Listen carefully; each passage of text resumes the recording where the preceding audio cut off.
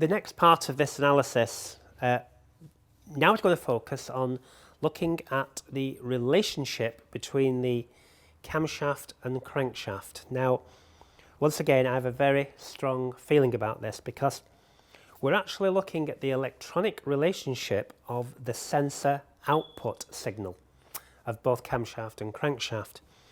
Now, you must take into account where the sensor picks the information up from and how, because if it picks it up actually from the camshaft and the crankshaft, then I will trust the relationship between the two.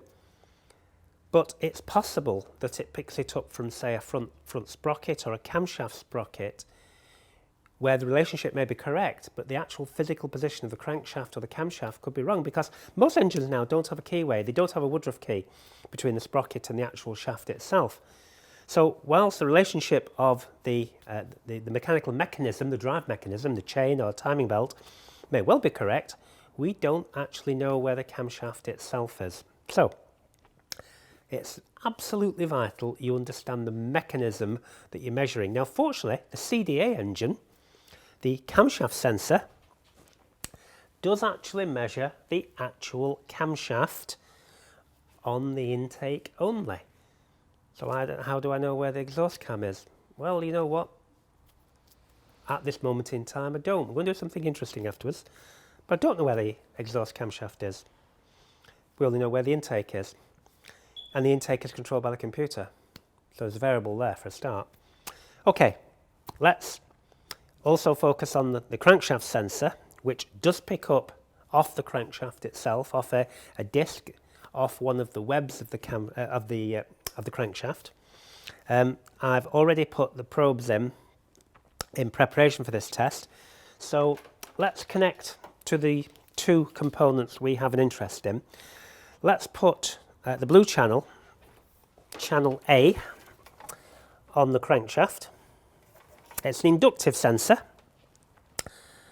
There are only 2 wires in the loom. We need a ground. Each channel needs a ground reference. I'm going to choose the battery ground for the crankshaft. Channel B is the camshaft sensor, and I'm going to use a floating measurement whereby both signal and ground are taken from the device, and that will reduce noise. You can either filter to reduce noise or use a floating measurement. I've chosen a floating measurement to clean the signal up as much as possible. And I think we're ready to go. Right, scope setup. Crankshaft signal, let's set 20 volts. We have 20 volts on channel A. That's probably about right. We'll be able to modify it in a moment. Channel B, 1 volt. No, that's not enough. Let's say set a 10 volt range. I'm expecting a Hall effect. It's digital. It's 3 wires. And time. Well, let's just take a guess at, say, 50 milliseconds per division. Start the engine and let's see what sort of images we get and how we need to manipulate them, because there's going to be a difference in frequency and there's going to be a trade-off here between the slower frequency of the camshaft sensor and the higher frequency of the camshaft, and the trade-off is how we view the difference in those two frequencies. And bear in mind, one of the assets of an oscilloscope, it's a time machine. It multiplies or divides voltage against time. So time against voltage, I should say.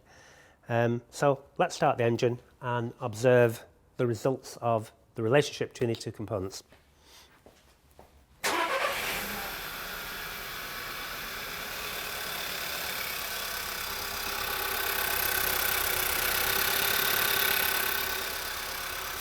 Well, the first thing you'll notice is that the camshaft is obscured by the events of the crankshaft, so we need to do something, and I think we can use perhaps a higher voltage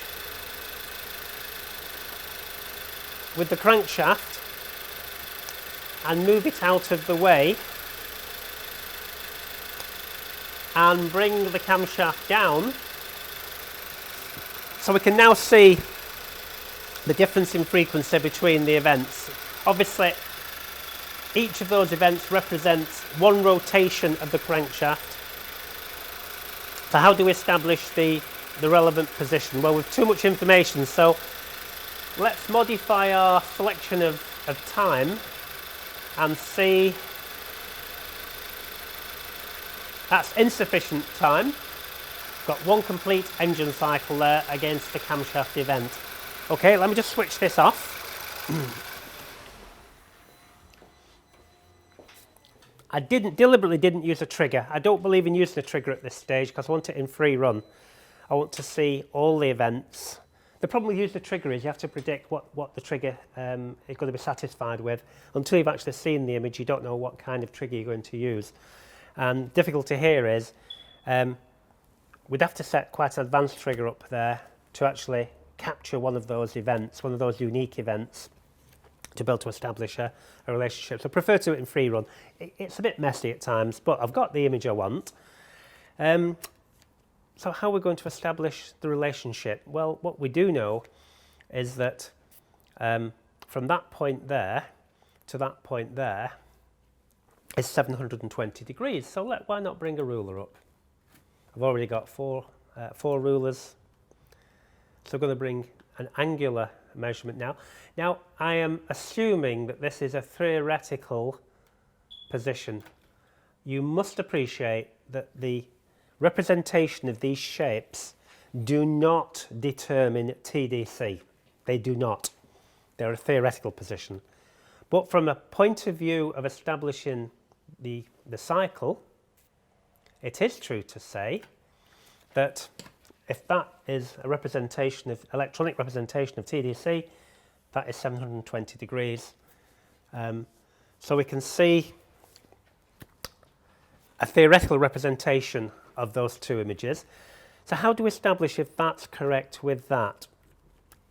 Given the possibilities of this engine, well, this is the difficulty, but we're going to do something in a moment that I think will help firm that decision up. So how am I going to establish a relationship here? Well, I'm going to pick a unique part of this image, possibly this part here. And I'm going to set a theoretical measurement up. Now you can see how accurate and strong the image is because of the high sample rate. I did mention much earlier that having a very high sample rate, when you do zoom in, you get incredible accuracy. A little bit of anomaly there, it's quite interesting. So I would now, quite simply, set a measurement from a known position. So I'm going to pick the positive flank of the signal from a crank sensor. It's AC signal. We're measuring it with a DC coupling, but we're still getting a relevant value.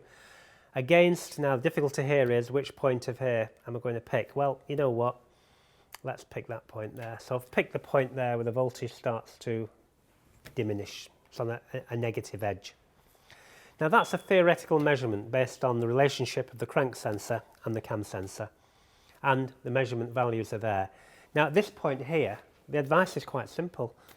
You need to access the Pico waveform library, look for CDA engine, look for camshaft crankshaft relationship, and you will have an image, and you can make your own measurements from their waveform library based on the actual measurement you've made on the vehicle in your workshop.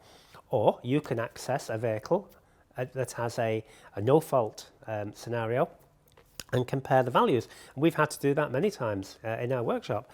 We've had to get a good known vehicle as a donor vehicle, make a measurement, make our observations, and compare it with the vehicle which we suspect has a timing issue. Because you know what? I want to be absolutely sure before I strip an engine that there is an issue with valve timing.